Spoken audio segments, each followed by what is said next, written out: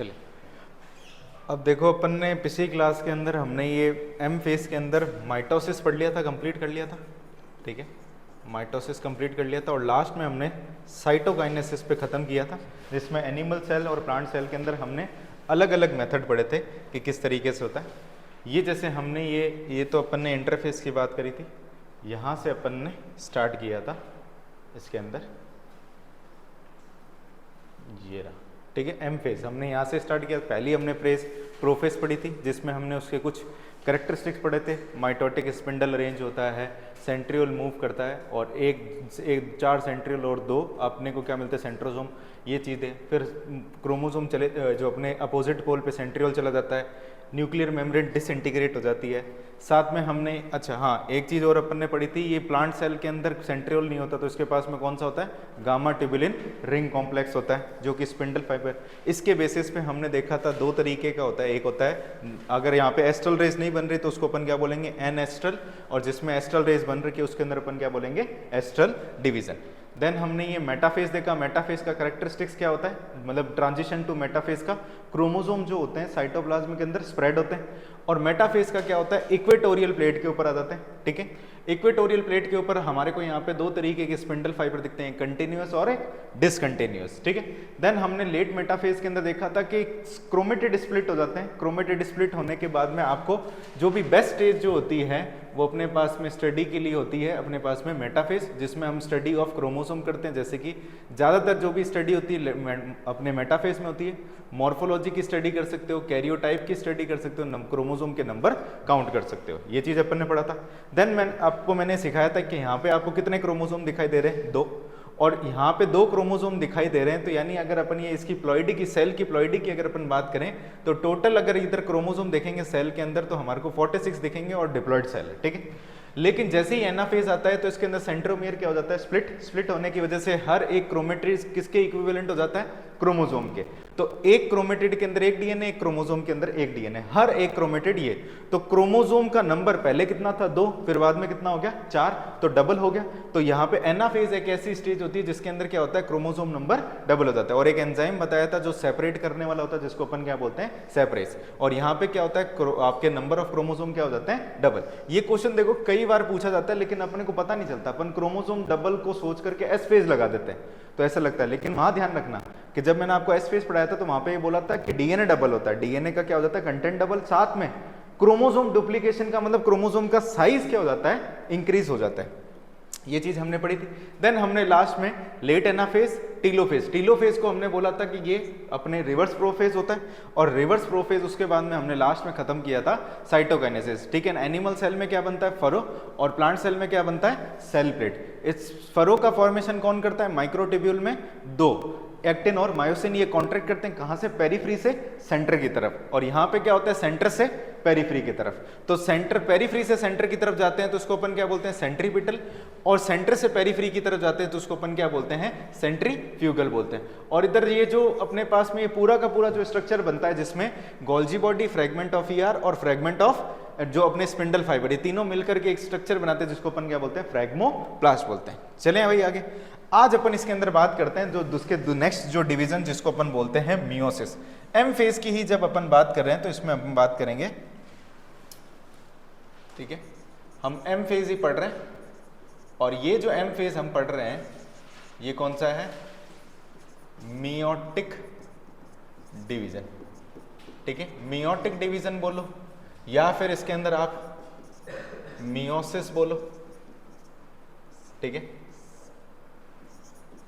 ये इसके कुछ सिनोनिम्स है, मतलब आपको क्वेश्चन के अंदर अलग अलग तरीके से बोला जाएगा मियोटिक डिवीजन, तो कंफ्यूज मत होना कि मियोटिक डिवीजन और क्या चीज होता है। मियोसिस के अंदर सिंपल सा मतलब है, जैसे माइटोसिस में हमने क्या देखा था, क्रोमोसोम नंबर क्या रहता है, सेम, ठीक है ना। यानी अगर मान लो जो डॉटर सेल बनी उसके अंदर बिल्कुल हूबहू होगी उसकी। लेकिन यहाँ पे क्या अपन बात करते हैं, तो यहाँ पे जो क्रोमोसोम नंबर इस केस के अंदर क्या होता है, जो क्रोमोसोम नंबर जो हो जाता है वो क्या हो जाता है, हाफ। पहला इंपॉर्टेंट क्वेश्चन यहीं से ही पूछा जाता है कि ऐसा कौन सा डिवीजन है जिसमें क्रोमोसोम नंबर हाफ हो जाता है, ऐसा कौन सा डिवीजन जिसमें क्रोमोसोम नंबर सेम रहता है। इतनी बेसिक सी चीज है ये अपने को आती। कैसे होता है हाफ, इसको देखो, जैसे मान लो कि आपको सिखाने के लिए ये एक सेल है जो कि डिप्लॉयड है। अब ये जब मियोसिस से गुजरेगी, ठीक है, ये जब मियोसिस से गुजरेगी तो इसके अंदर क्रोमोसोम नंबर कितना हो जाएगा n, ठीक है। अगर अपन इसके वैसे अगर अपन बात करें तो 46 क्रोमोसोम है और डीएनए कंटेंट कितना है इसके अंदर 2C, लेकिन जब यहाँ आएगा तो कितना हो जाएगा 23 और C, यानी यहाँ पे कुल मिलाकर के मियोसिस जो होता है 2 पार्ट में कंप्लीट होता है, मियोसिस फर्स्ट और मियोसिस सेकंड। तो पहले में तो क्या करते हैं क्रोमोसोम नंबर हाफ करते हैं, दूसरे में क्या करते हैं हम डीएनए कंटेंट को क्या कर देते हैं हाफ करते हैं। उसका रीजन मैं आपको बता दूंगा कि 2 बार क्यों चलाया जाता है। तो इतनी बात समझ में आई आपको कि यहाँ पे अपन क्या करते हैं चेंज करते हैं। तो इसका पर्पस क्या है, पर्पस की अगर अपन बात करें तो मियोसिस का मेन पर्पस होता है गैमेट का फॉर्मेशन। तो यहाँ पे लिख लो इसका पर्पस, ठीक है। इसका जो पर्पस होता है वो होता है फॉर्मेशन ऑफ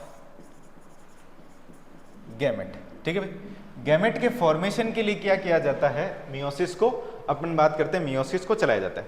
तो मियोसिस चलता कैसे होगा उसको देखें। जैसे मान लो कि ये एक सेल है जो कि डिप्लॉइड सेल है, ठीक है, ये एक डिप्लॉइड सेल है। अब इस डिप्लॉइड सेल के अंदर होगा क्या, सबसे पहले अगर अपन ये बात करते हैं तो इसके अंदर हम ये बात करेंगे, ये क्या करेगा मियोसिस फर्स्ट करेगा, यहां पे मियोसिस फर्स्ट होगा। ये मियोसिस फर्स्ट जो होगा इसके अंदर क्या होगा क्रोमोसोम नंबर रिड्यूस हो जाएगा, यानी इसको अपन जो मियोसिस फर्स्ट होता है उसको अपन रिडक्शनल डिवीजन बोलते हैं, ठीक है। और इसको अपन एक और नाम से भी जानते हैं, इसको अपन हेट्रोटाइपिक डिवीजन भी बोलते हैं, ठीक है। कैसे, देखो इधर जो 2 सेल बनेगी इससे, ठीक है ना, ये एक और ये दूसरी। तो यहां पे अगर मान लो कि 46 और 2C है, ठीक है, तो यहां पे क्या हो जाएगा क्रोमोसोम नंबर, यहां पे क्या हो जाता है रिड्यूस, तो रिड्यूस हो जाता है तो ये n हो जाता है, ये भी कितना हो जाएगा n। 2 तरीके कौन सी सेल बन गई हैप्लॉइड। तो अगर ये 46 है तो ये कितना हो जाएगा 23, और यहां पे कितना होएगा 2C होगा या फिर C होगा, ये बताओ बस मेरे को, ठीक है ना, ठीक है। क्या होगा C नहीं होता, यहां पे क्या होता है 2C। यहां से सिर्फ और सिर्फ क्रोमोसोम नंबर को अपन हाफ करते हैं, क्यों, उसका रीजन ये है कि जब अपन एनाफेज फर्स्ट पढ़ते हैं तो एनाफेज फर्स्ट के अंदर सेंट्रोमियर स्प्लिट नहीं होते। तो जब तक सेंट्रोमियर स्प्लिट नहीं होंगे तो क्रोमोसोम नंबर ना हमारे पास में, अगर अपन ये बात करते हैं हाफ तो हमने कर दिया, लेकिन हम ये बात करते हैं कि क्रोमोसोम नंबर तो हाफ हो जाता है लेकिन डीएनए कंटेंट क्या रहता है सेम रहता है। तो यहाँ पे 23 और 2C, यहाँ पे भी क्या रहता है 23 और 2C। तो अब एक चीज देखो कि अपने पास में जो हैप्लॉइड सेट ऑफ क्रोमोसोम है उसके अंदर डीएनए कंटेंट कितना है डबल। अब उसको भी अपन को आधा करना होगा, तो उसको आधा करने के लिए हम क्या चलाते हैं, यहाँ पे एक और बार अपन मियोसिस चलाते हैं, तो उसको अपन क्या बोलते हैं मियोसिस सेकंड। और ये जो मियोसिस सेकंड है इसको अपन क्या बोलते हैं इक्वेशनल डिवीजन, ठीक है भाई, इक्वेशनल डिवीजन बोलते हैं। और इक्वेशनल डिवीजन के अंदर अब जो सेल बनेगी, चारों के चारों जो सेल बनेगी यहाँ पे, ये क्या बनेगी, ये n, ये भी n, यहाँ पे भी n और यहाँ पे भी n। अब मेरे को ये बताओ कि यहाँ पे क्रोमोसोम कितने 23, यहाँ कितने 23, यहाँ पे भी 23 और यहाँ पे भी 23। डीएनए कंटेंट की अगर अपन बात करते हैं तो यहाँ हो जाता है ये रिड्यूस, या फिर अपन बोलते हैं आधा हो गया, ठीक है। अब सवाल ये आता है कि ये जो चारों सेल बनी है एक दूसरे के सेम या फिर डिफरेंट, सेम या डिफरेंट। ये चारों सेल एक दूसरे से पूरी तरीके से डिफरेंट होती है, ये चीज ध्यान रखना, यही सवाल यहाँ पे ही अटकते हैं अपन। तो ये जो चारों सेल जो अपन ने बनाई है ये अपन बोलते हैं all 4 cells are entirely different. अभी उसका रीजन अपन पढ़ेंगे, ठीक है। All 4 cell are entirely different, ठीक है। पहली बात तो ये एक दूसरे से भी डिफरेंट है और ये मदर सेल से भी क्या हो जाती है different, and also different from mother cell, and also different from mother cell. चलो अब इसकी अपन एक सिंपल सी बात करते हैं। अच्छा, कोई ऐसा है जिसके 4 भाई बहन हैं? नहीं, 2 तो होंगे, चलो 2 की अपन बात करते हैं। मान लो कि हमने क्या करा, 4 भाई बहन बनाए, ठीक है ना। अब ये चारों के चारों भाई बहन एक दूसरे से मिलते हैं क्या? नहीं मिलते। तो अगर ये चारों भाई बहन है, एक ही माता पिता की संतान है, यानी अगर अपन ये बात करें कि इसकी मदर ने क्या बनाए थे, अगर अपन ये बात करते हैं कि अगर मदर की अपन बात करते हैं, मदर हर मेंस्ट्रुअल साइकिल के अंदर एक ओवम बनाती, हैप्लॉइड सेल बनाती, ठीक है। और अगर अपन उसकी मेल की अगर अपन बात करें, हर वो अपने पास में क्या करता है, स्पर्मेटोजेनेसिस के दौरान 4 स्पर्मेटोजोआ बनाता है। अब ये 4 स्पर्मेटोजोआ जो होते हैं, जब अपन ये पढ़ते हैं मियोसिस फर्स्ट होता है, हर किसी के अंदर मियोसिस फर्स्ट होता है, उसमें मियोसिस फर्स्ट और मियोसिस फर्स्ट। मियोसिस फर्स्ट में एक प्रोसेस होता है जिसको अपन बोलते हैं क्रॉसिंग ओवर।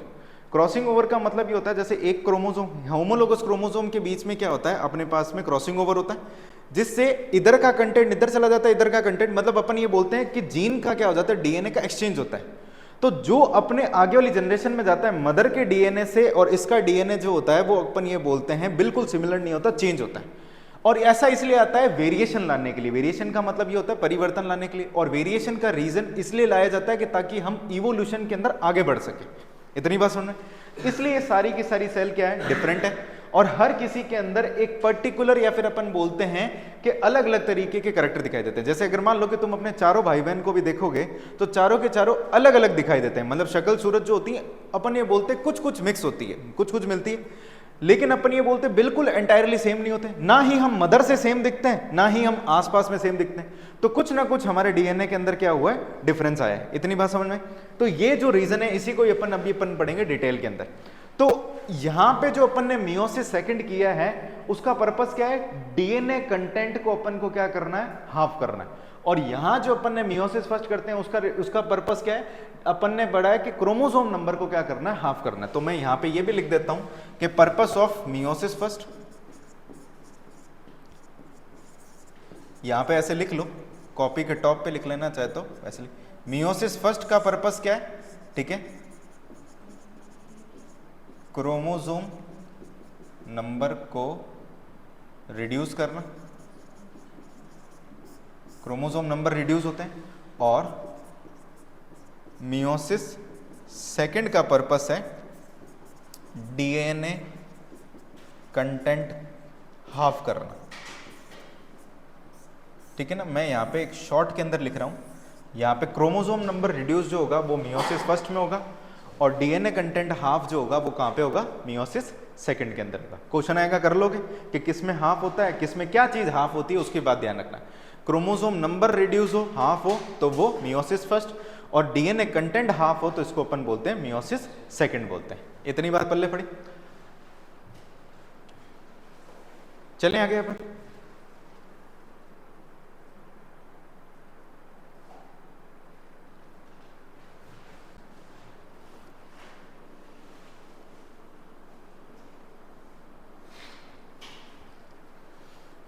चले, चलो अब अपन स्टार्ट करते हैं इसी के अंदर। तो अपन ने पर्पस समझ लिया, इसका बेसिक फंडामेंटल हमने क्लियर कर लिया कि क्यों क्या किस तरीके से चलने वाला है। अब कैसे स्टार्ट होगा, जैसे मान लो मियोसिस को स्टार्ट करवाने के लिए एक डिप्लॉइड सेल है, ठीक है, ये एक डिप्लॉइड सेल, हैप्लॉइड सेल में होता है क्या मियोसिस, हैप्लॉइड सेल में होता है, नहीं होता, ठीक है ना। तो ये डिप्लॉइड सेल, क्रोमोसोम बोलो इसके 46, डीएनए कंटेंट बोलो 2C। अब सबसे पहले ये कौन सी फेज में जाएगा, आप मेरे को बताओ कौन सी फेज में जाएगा। कोई भी सेल जब सेल साइकिल में एंटर करती है तो सबसे पहले किस में जाती है, इंटरफेज के अंदर, ठीक है ना। तो जिसको अपन कॉमनली अपन क्या बोलते हैं, G1 S और G2 को इंटरफेज। अब इंटरफेज में हमने ये पढ़ा था कि इंटरफेज में होता क्या है, ग्रोथ होती है, डीएनए का डबल होता है, ठीक है ना। अपन बोलते हैं कुछ काम की चीजों को अपन क्या करते हैं, प्रिपेयर करते हैं। तो यहाँ पे हम कौन सी साइकिल चलाएंगे, G1, फिर S, फिर हम बताएंगे G2। अब इसके बाद में स्टार्ट होता है एम फेज, और ये कौन सा वाला एम फेज है, ये है मियोसिस वाला। एम फेज के अंदर क्या होते हैं कि अगर अपन ये बात करें तो सबसे पहले आएगा इसके अंदर प्रो फेज फर्स्ट, ठीक है ना। एम फेज में भी अगर अपन ये बात करें तो एम फेज में सबसे पहले स्टार्ट होगा मियोसिस फर्स्ट, ठीक है ना। यहां पे अपन बात करेंगे मियोसिस फर्स्ट, और मियोसिस फर्स्ट में भी कौन सबसे पहले स्टार्ट होगा, प्रोफेज फर्स्ट। अब ये प्रोफेज फर्स्ट स्टार्ट हुआ। अब इस प्रोफेज फर्स्ट की भी मल्टीपल स्टेज होती है, और ये किसके बेसिस पे होती है, on the basis of chromosomal behaviour. ये एनसीईआरटी में लिखा नहीं, लेकिन ध्यान रखना कि जब हम इस मियोसिस फर्स्ट को देखते हैं तो वहां पे क्रोमोसोम अलग अलग तरीके से बिहेव करते हैं, ठीक है। तो यहां पे मैं लिख देता हूं प्रोफेज फर्स्ट भी क्या होती है, मल्टीप्लाई हो जाती है, मतलब अलग अलग 5 इसके अंदर डिवीजन होती है, 5 फेजेस होते हैं इसके अंदर। और किस बेसिस पे, on the basis of chromosomal behaviour. ठीक है भाई, क्रोमोसोमल बिहेवियर। तो इसमें कौन कौन सी फेज होती है, ठीक है। सबसे पहली फेज होती है इसके अंदर, उसको अपन बोलते हैं लेप्टोटीन। दूसरी जो फेज होती है उसको अपन बोलते हैं जाइगोटीन। तीसरी जो फेज होती है उसको अपन बोलते हैं पैकाइटीन। फोर्थ जो फेज होती है उसको अपन बोलते हैं डिप्लोटीन। और उसके बाद में जो फेज आती है उसको अपन बोलते हैं डायाकाइनेसिस। ठीक है, तो ये 5 फेजेस होती है, कौन कौन सी समझ में आ गया आपको, कौन कौन सी है, लेप्टोटीन, जाइगोटीन, पैकाइटीन, डिप्लोटीन और डाइकाइनेसिस। याद रखने का तरीका ये है, ठीक है ना, जो लालू जाए प्लेन में, ठीक है ना, दीपिका देखे, ऐसे वैसे याद भी कर सकते हो, कुछ ट्रिक होती है, तो वैसे आप डायरेक्ट भी याद कर सकते हो, जो हमारे टीचर ने हमारे को बताई थी, हमारे को वो याद है, ठीक है ना। तो लिखना चाहते हो तो लिख लेना, बाकी अपने को याद हो जाती है। ये तो बच्चों के लिए होती है जो बिल्कुल पहली बार आते हैं ना, जैसे लेप्टोटीन याद करने में दिक्कत होती है, तो आप लिख लेना इसके अंदर, जैसे कि आप ये इसके अंदर लिखोगे लालू जाए प्लेन से दीपिका देखे। ठीक है, अब ये जैसे ही डाइकाइनेसिस खत्म होगा, तो डाइकाइनेसिस खत्म होने के बाद में कौन सी फेज स्टार्ट होगी अपने पास में, मेटाफेज फर्स्ट। मेटाफेज फर्स्ट के बाद में कौन सी फेज स्टार्ट होगी, एनाफेज फर्स्ट। एनाफेज के बाद में कौन सी होगी, टीलोफेज फर्स्ट। और टीलोफेज के बाद में क्या होगा, साइटोकाइनेसिस। अब देखो एक चीज मैं आपको पहले भी बता चुका हूं और अभी भी बता देता हूं कि जो साइटोकाइनेसिस होता है वो टीलोफेज जैसे ही आपके मतलब खत्म होने वाली टीलोफेज चालू होती है उसी समय पे चालू जाता है, ठीक है ना। और अल्टीमेटली साइटोकाइनेसिस जब आता है तो एक पीरियड के अंदर क्या हो जाती है, एक सेल से 2 सेल बन जाती है। तो साइटोकाइनेसिस यहाँ पे क्या होगा, पहली बार होगा। ये डाइकाइनेसिस, ठीक है, तो ये साइटोकाइनेसिस होगा। तो साइटोकाइनेसिस के दौरान, ठीक है, साइटोकाइनेसिस के दौरान क्या होगा, यहाँ पे 2 सेल बनेगी। तो यहाँ पे मैं आपको ऐसे बता देता हूँ, तो यहाँ पे अगर मान लो ये पे 46 और 2C है, तो यहाँ पे कितना होगा, ठीक है, 23 और C, यहाँ पे 23 और 2C, और यहाँ पे भी क्या होगा 23 और 2C। ठीक है, इतनी बात समझ में आ गई। तो अब हमने क्रोमोसोम नंबर को तो क्या कर दिया, रिड्यूस कर दिया। अब अपने को क्या करना है, डीएनए कंटेंट को हाफ करना है। अब इनमें से दोनों सेल क्या करेगी, एक फेज में जाती। अब अपने पास में मियोसिस फर्स्ट और मियोसिस सेकंड यहां पे चालू होगा, मियोसिस सेकंड। अब ये मियोसिस फर्स्ट और मियोसिस सेकंड के बीच में एक फेज होता है जिसको अपन बोलते हैं इंटरकाइनेसिस। ठीक है, ये ध्यान रखना। अब ये इंटरकाइनेसिस क्या होता है, ये सेल जो है फिर से ग्रो करेगी, मतलब ग्रोथ तो करनी पड़ेगी इसको, तो ये जाएगी जीवन के अंदर। लेकिन इस इंटरकाइनेसिस की खास बात यह है कि इसके अंदर डीएनए कंटेंट ऑलरेडी हमारे पास में क्या है, डबल है, तो हम इसके अंदर एस फेज नहीं चलाते। इतनी बात समझ में आ गई। तो यहां पे एस नहीं चलेगा, ठीक है, और डायरेक्टली क्या आ जाएगा इसके अंदर, G2 आ जाएगा। तो हमने ग्रोथ करा दी, लेकिन हमने क्या नहीं करवाया, यहाँ पे डीएनए का डुप्लीकेशन नहीं करवाया। क्यों नहीं करवाया, क्योंकि पहले से हैप्लॉइड के अंदर कंटेंट पहले से ही डबल है। अब हमारे को डीएनए कंटेंट को आधा करना है। इतनी बात समझ में आ गई। तो मियोसिस सेकंड का जो पर्पस है वो आपको समझ में आया कि हम क्यों बीच में एक रेस्टिंग फेज या फिर अपन ये बोल सकते हैं कि ग्रोथ फेज होती है, जिसको अपन क्या बोलते हैं, इंटरकाइनेसिस। अब मियोसिस सेकंड चालू होगा तो इसमें फिर से वही प्रोफेज सेकंड, उसके बाद में मेटाफेज सेकंड, उसके बाद में एनाफेज सेकंड, और उसके बाद में टीलोफेज सेकंड, और लास्ट में क्या हो जाएगा, टीलोफेज के बाद में साइटोकाइनेसिस। ठीक है, सेकंड। इतनी बात समझ में आई। और जैसे ही साइटोकाइनेसिस होगा यहां पे 2 सेल बनेगी। 2 सेल का मतलब इससे 2 सेल बनेगी, तो इससे भी कितनी बनेगी, 2। तो यहां पे जो सेल बनेगी, जैसे मान लो कि ये हमारे पास में N, यहाँ पे 23 और C होगा, क्योंकि डीएनए कंटेंट आधा कर दिया अपन ने, और यहाँ पे भी N 23 और C होगा। चलो अब एक सवाल मैं आपसे पूछता हूं, ठीक है। अब एक चीज और देखो, ये जो एनाफेज फर्स्ट जो होता है, हमने एनाफेज में पढ़ा था सेंट्रोमियर की क्या होती है, स्प्लिटिंग। लेकिन इस एनाफेज के अंदर क्या होता है, सेंट्रोमियर। सेंट्रोमियर जो होता है नॉट डिवाइड। सेंट्रोमियर के डिवाइड ना होने की वजह से यहां पे क्रोमोसोम का कंटेंट, जो डीएनए कंटेंट जो होता है वो उतना ही रहता है जितना पहले होता है, ठीक है ना। इतनी बात समझ में आ गई। तो यहां पे क्या होता है, हर सेल के अंदर डीएनए कंटेंट तो 2C है, लेकिन अगर अपन ये बात करें कि यहां पे रिडक्शन ऑफ क्या हो जाता है, क्रोमोसोम हो जाता है। अभी अपन देखें कैसे। तो अगर मैं इनमें से पूछूं कि पूरे के पूरे मियोसिस के अंदर कैरियोकाइनेसिस कितनी बार होता है, कैरियोकाइनेसिस कितनी बार होता है। कैरियोकाइनेसिस का मतलब समझते हो क्या होता है, न्यूक्लियस का डिवीजन।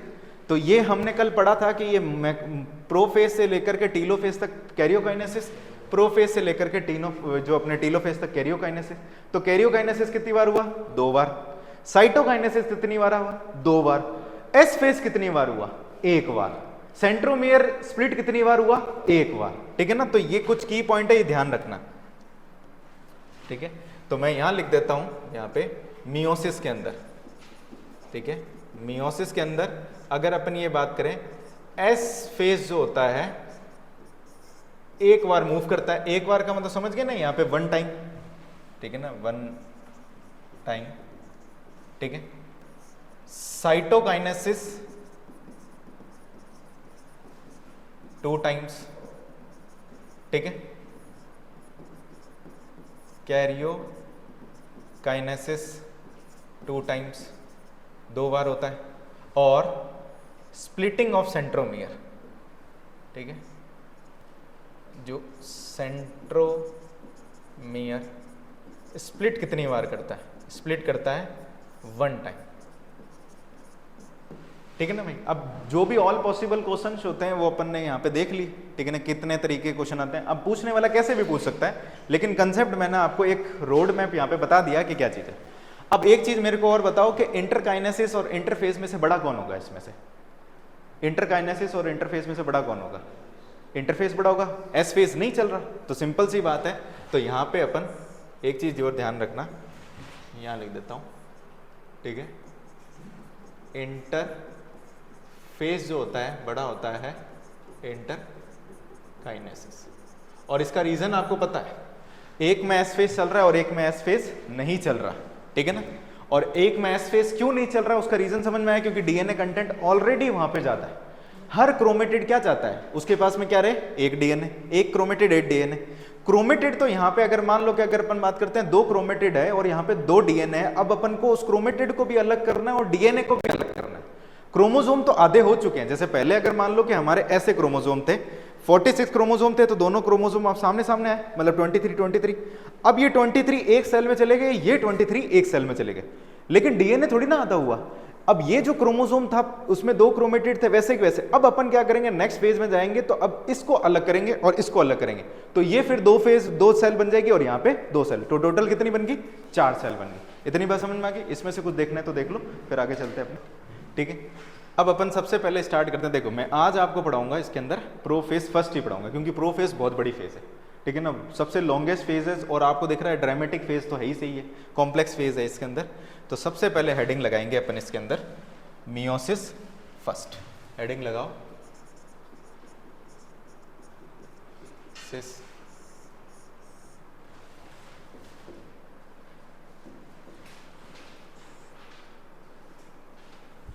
मियोसिस फर्स्ट, और उसमें भी अपन पढ़ेंगे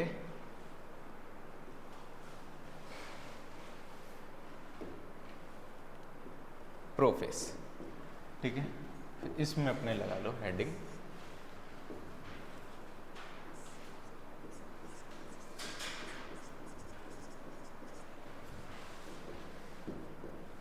प्रोफेज।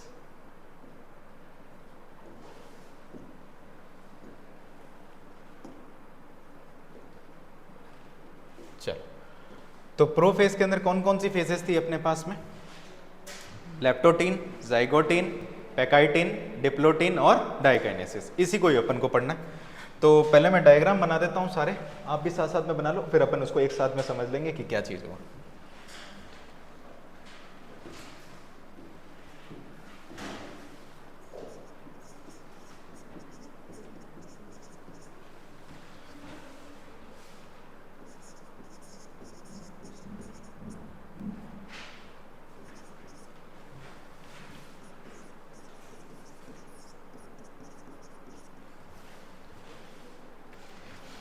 चलो अब देखो अपन ने ये 3 स्टेजेस बनाई है, इसके अंदर अभी कुछ चीज़ें मैं लिखवा भी दूंगा।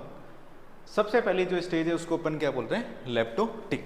ठीक, अब लेप्टोटीन की जब अपन बात करते हैं तो लेप्टोटीन के अंदर क्या होता है कि प्रोफेज के अंदर हमने पढ़ा था कि कंडेंसेशन क्या हो जाता है, स्टार्ट, यानी क्रोमेटिन मटेरियल जो होगा वो किस में कंडेंस होने स्टार्ट हो जाएगा, क्रोमोसोम के अंदर कन्वर्ट होना स्टार्ट होगा। लेकिन इस लेप्टोटीन के अंदर ऐसा ऑब्जर्व किया जाता है, ऐसा देखा जाता है कि जितना भी अपने पास में जो ये क्रोमेटिन मटेरियल है, ये जहां पे सेंट्रियोल होते हैं, ये दोनों के दोनों क्या है, डुप्लीकेटेड सेंट्रियोल है, इस सेंट्रियोल के पास में जाकर के अटैच हो जाते हैं। ठीक है, अब ऐसे मान लो कि अपने पास में जैसे गुलदस्ता आपने देखा होगा, अपन फूलों को क्या करते हैं कि एक कोन लाइक स्ट्रक्चर में नीचे जा करके बांध देते हैं, एक जगह होती, तो ये वो कॉमन पॉइंट है जहां पे क्या रख रखा है, सेंट्रियोल रखे हैं, वहां जाकर के अटैच हो जाता है। तो ये जो स्ट्रक्चर आपको दिखाई देता है बुके की तरह दिखाई देता है, बुके समझ गए ना, बुके की तरह, इसलिए इस स्टेज को अपन क्या बोलते हैं, बुके स्टेज भी बोलते हैं। यानी लेप्टोटीन के अंदर देखा जाता है कि जितने भी अपने पास में डीएनए जो होता है, क्रोमेटिन होता है, वो एक जगह जाकर के अरेंज हो जाते हैं। अरेंज होकर के कहां पे अरेंज होता है, सेंट्रियोल वाले। अब इसका रीजन क्या है कि ये अरेंज हुए क्यों, अरेंज इसलिए होते हैं कि ताकि ये होमोलोगस क्रोमोसोम जो आगे बनेंगे वो अपने आसपास में क्या उसको क्या करें, पहचान कर ले, कि आइडेंटिफिकेशन के लिए क्या किया जाता है कि यहाँ पे ये एक जगह पे क्या क्यों होते हैं, इकट्ठे होते हैं। तो इतनी बात समझ में आई। तो बुके स्टेज क्यों आती है, अगर अपन इसका रीजन लिखे वाई, ठीक है ना, फॉर आइडेंटिफाई होमोलोगस क्रोमोसोम,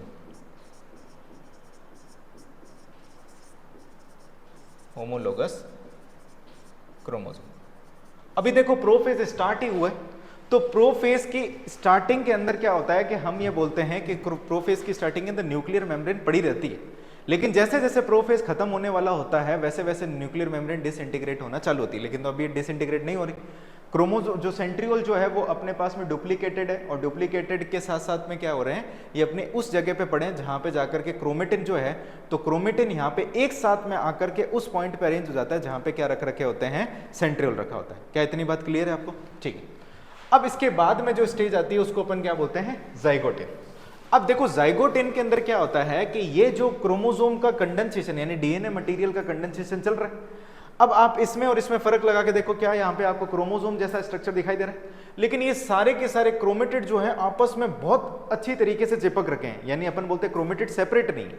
तो हमने देखा कि यहाँ पे क्रोमोसोम बन गए, लेकिन ये दोनों के दोनों जो क्रोमोसोम है, यानी ये आपको ये क्रोमोसोम और ये क्रोमोसोम, दोनों जो क्रोमोसोम है ये क्या है, होमोलोगस क्रोमोसोम। ठीक है, इनकी अगर अपन ये बात करें, ये जो है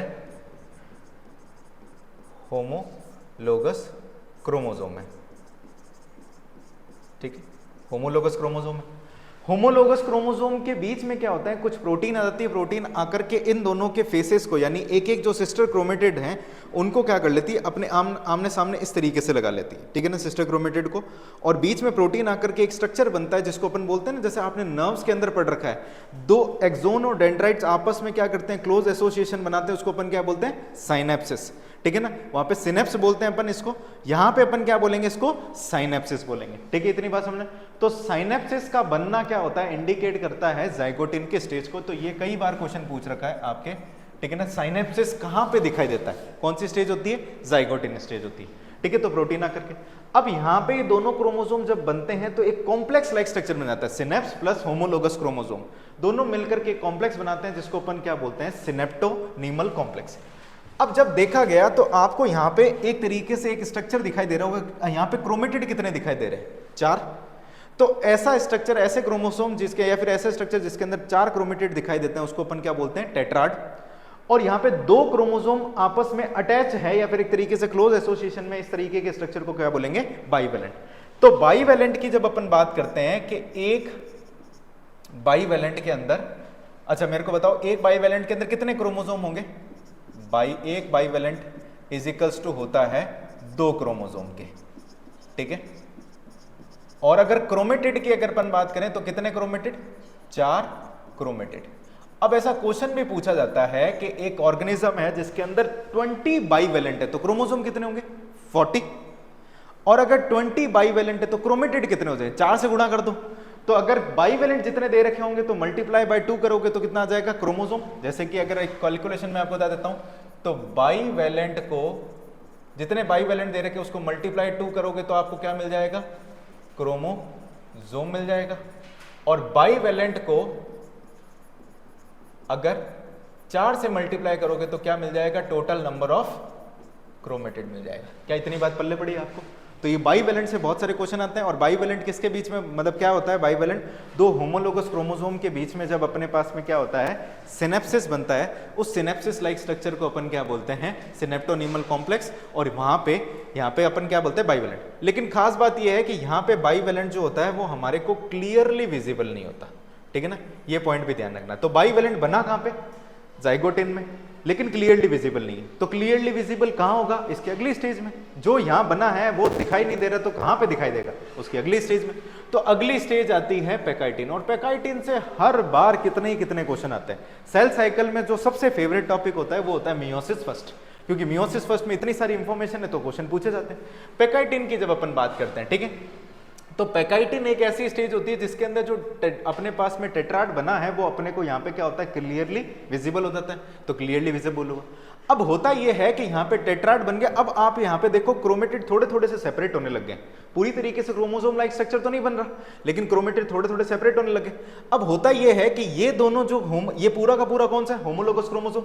होमोलोगस क्रोमोसोम की ये जो क्रोमेटिड है इनको अपन बोलते हैं सिस्टर क्रोमेटिड बोलते हैं, ठीक है।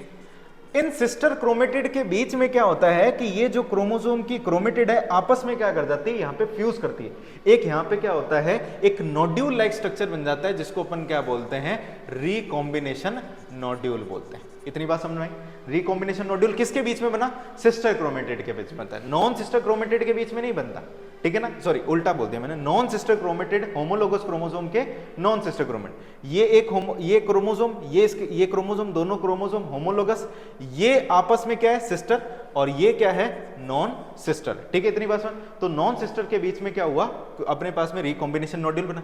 लेकिन यहाँ पे रिकॉम्बिनेशन नोड्यूल बनाने के लिए एक एंजाइम काम करता है। इस एंजाइम को अपन बोलते हैं रिकॉम्बिनेज। नाम से समझ में आता है, जोड़ने वाला एंजाइम, रिकॉम्बिनेशन करने वाला एंजाइम, जिसको अपन क्या बोलते हैं, रिकॉम्बिनेज, ठीक है। तो रिकॉम्बिनेशन जब अपन जेनेटिक्स पढ़ते हैं वहां पे भी पढ़ते हैं। तो जब जब क्रॉसिंग ओवर होता है तब क्या होता है, रिकॉम्बिनेशन, नया कॉम्बिनेशन बनता है। नया कॉम्बिनेशन का मतलब ये होता है कि अगर मान लो कि आपके मदर के पास में ए और बी क्रोमोसोम है, ठीक है ना। अगर ये रिकॉम्बिनेशन नहीं होता तो आपके अंदर भी क्या होते हैं, वो ए और बी आते हैं। लेकिन यहां पर रिकॉम्बिनेशन होने की वजह से इन दोनों के बीच में एक नया वेरिएशन डेवलप हो जाता है, इसलिए अपन अपने मदर फादर से बिल्कुल अलग दिखते हैं, अपने अंदर वेरिएशन आने का चांसेस ये। इतनी बात समझ में आई। तो रिकॉम्बिनेज काम कर रहा है। तो रिकॉम्बिनेज के काम करने का तरीका क्या है, ये दो तरीके से काम करता है। ये एक एंडोन्यूक्लियस एक्टिविटी भी करता है और डीएनए लाइगेज। अब हम बायोटेक्नोलॉजी जब पढ़ते हैं तो दो तरीके के एंजाइम पढ़ते हैं, एक रेस्ट्रिक्शन एंडोन्यूक्लियस और एक्सोन्यूक्लियस। एंडोन्यूक्लियस का मतलब ये होता है कि ये कोई डीएनए को पर्टिकुलर, मतलब अपने बीच में से कट करता है और एक पर्टिकुलर सीक्वेंस में से, जिस सीक्वेंस को अपन बोलते हैं पैलिंड्रोमिक सीक्वेंस। जैसे कि एक एग्जांपल बताते हैं, नितिन को आप लेफ्ट टू राइट पढ़ो या राइट टू लेफ्ट पढ़ो, दोनों के अंदर सेम आता है। वैसे ही डीएनए के अंदर एक ऐसा सीक्वेंस होता है जो लेफ्ट टू राइट 5' टू 3' पढ़ो, 3' टू 5' पढ़ो, सेम होता है। तो ये पर्टिकुलर क्या करता है, उस जगह से कट करता है। तो ये मान लो जैसे कि हमने एक सीख लिया कि यहाँ पे ये क्रोमोसोम था, सॉरी ये अपने पास में क्रोमोसोम का एक ये क्रोमेटिड है, ये दोनों के दोनों कौन से, नॉन सिस्टर। ये हमारे पास में ए वाला मान लो फ्रेगमेंट, ये मान लो बी वाला फ्रेगमेंट है, यहाँ पे स्मॉल ए और स्मॉल बी मान लो। अब होगा क्या, यहाँ पे क्या बनता है, ये जैसे ये जो बीच में बनता है इसको अपन बोलते हैं रिकॉम्बिनेशन नोड्यूल। अब ये रिकॉम्बिनेशन नोड्यूल के अंदर एंजाइम कौन सा काम करता है, रिकॉम्बिनेज। तो ये क्या करेगा, सबसे पहले इस पार्ट को यहां से कट करेगा और कट करने के बाद में क्रिस क्रॉस मैनर के अंदर क्या कर देगा, जोड़ देगा। तो यहां पे आप देखो ये वाला जो अपने पास में पिंक वाला जो फ्रेगमेंट है, मतलब ये अपने पास में कैपिटल बी वाला है, वो जाकर के किससे जुड़ा, स्मॉल ए से। और यहाँ पे कैपिटल ए वाला है वो किससे जाकर के जुड़ गया, बी से। तो एक दूसरे के क्या हो गया, क्रॉस हो गया। इस पूरे के पूरे प्रोसेस को अपन क्या बोलते हैं, क्रॉसिंग ओवर बोलते हैं। इतनी बात समझ में आई, क्रॉसिंग ओवर क्या चीज होती है। तो क्रॉसिंग ओवर से होता क्या है कि हम ये बोलते हैं कि जो अपने पास में जेनेटिक मेकअप जो होता है, यानी जीन्स जो होते हैं, जो डीएनए के ऊपर लगे होते हैं, इसको अपन क्या कर देते हैं, अदल बदल कर देते हैं। तो आप ऐसे समझ लो कि एक के अंदर आपके पास में नींबू पानी पड़ा, एक के अंदर आपके पास में शरबत पड़ी। अब आपने क्या करा कि उसका एक थोड़ा थोड़ा सा पार्ट क्या कर दिया, आपस में मिक्स कर दिया। तो इसका टेस्ट बदल गया और इसका टेस्ट भी बदल गया, लेकिन था क्या वो ओरिजिनल, वो नींबू पानी और शरबत ही था। तो सेम इसी तरीके से था ये ओरिजिनली वो, लेकिन हम क्या करते जा रहे हैं, इसको बदलते जा रहे हैं। अब जब नेक्स्ट बार जब उनके अंदर जब अपन उस नींबू पानी और शरबत के अंदर और कुछ चीज मिक्स करेंगे तो उसका फिर से क्या हो जाएगा, टेस्ट चेंज हो जाएगा।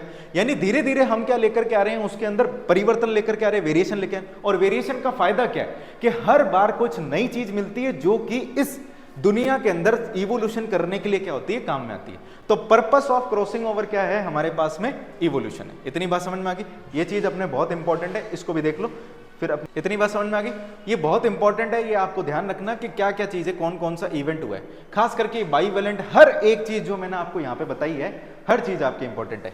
तो क्रॉसिंग ओवर से होगा क्या, यहाँ पे क्रॉसिंग ओवर से एक अपन बोलेंगे न्यू कॉम्बिनेशन बनेगा, न्यू कॉम्बिनेशन बनेगा, ठीक है।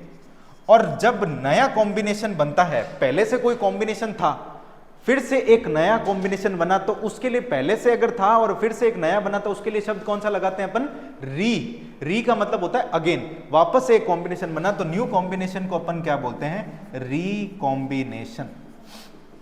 और जो भी ऑर्गेनिज्म जिसके अंदर ये रीकॉम्बिनेशन, न्यू कॉम्बिनेशन आया है, उस तरीके के ऑर्गेनिज्म को अपन बोलेंगे रीकॉम्बिनेंट। क्या बोलेंगे उसको अपन, रीकॉम्बिनेंट बोलेंगे। इतनी बात समझ में आ गई। ये जब अपन जेनेटिक्स पढ़ते हैं वहां लिंकेज की बात करते हैं, लिंकेज की जब अपन बात करते हैं तो वहां पे एक ड्रोसोफिला का एक्सपेरिमेंट बता रखा है आपकी एनसीईआरटी में, तो वहां पे दे रखा है कि पेरेंटल और रीकॉम्बिनेंट। तो ये चीज याद रखना, जब अपन जेनेटिक्स पढ़ेंगे तो उस जगह पे अपन बात करेंगे कि यहाँ पे क्रॉसिंग ओवर हुआ, रीकॉम्बिनेशन हुआ, कितना % हुआ, वो सारी चीज मैं आपको बता दूंगा। चले आगे भी, ठीक है। चलो अब अपने पास में 2 और बचते हैं, उसको मैं डायग्राम बना लेता हूँ, डायग्राम बना करके आप भी साथ साथ में बना लेना। चलो अब देखो, अपन ने जो पिछली 3 स्टेजेस पढ़ी थी, इसी के आगे कंटिन्यूशन में क्रॉसिंग ओवर हो चुका है। अब क्रॉसिंग ओवर के बाद में इन क्रोमोसोम को पास में रखने का एक तरीके से अब जो काम हो चुका है, अब इसको अलग भी तो करना होगा। तो सबसे उसके बाद में जो 4th स्टेज आती है उसको अपन क्या बोलते हैं, डिप्लोटेन बोलते हैं।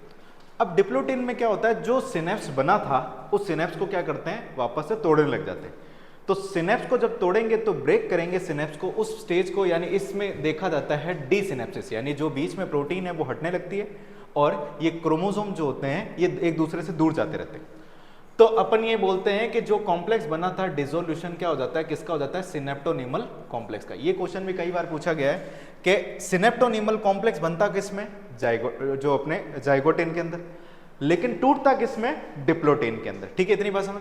लेकिन जिस जगह पे रिकॉम्बिनेशन नोड्यूल बना था उस जगह पे क्या हो जाता है कि आपके ये पार्ट जुड़ा हुआ रह जाता है और क्रोमोसोम अलग अलग हो जाते हैं।